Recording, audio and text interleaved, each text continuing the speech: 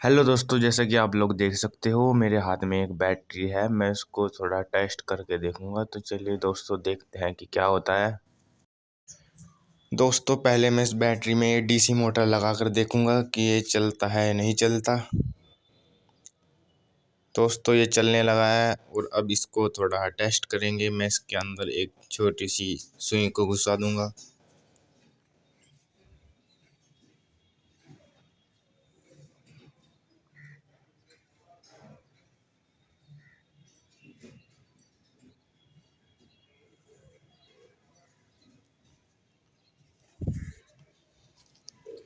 मगर दोस्तों, इसमें सुई घुसाने के बाद भी ये सिर्फ हल्की सी गर्म ही हुई थी।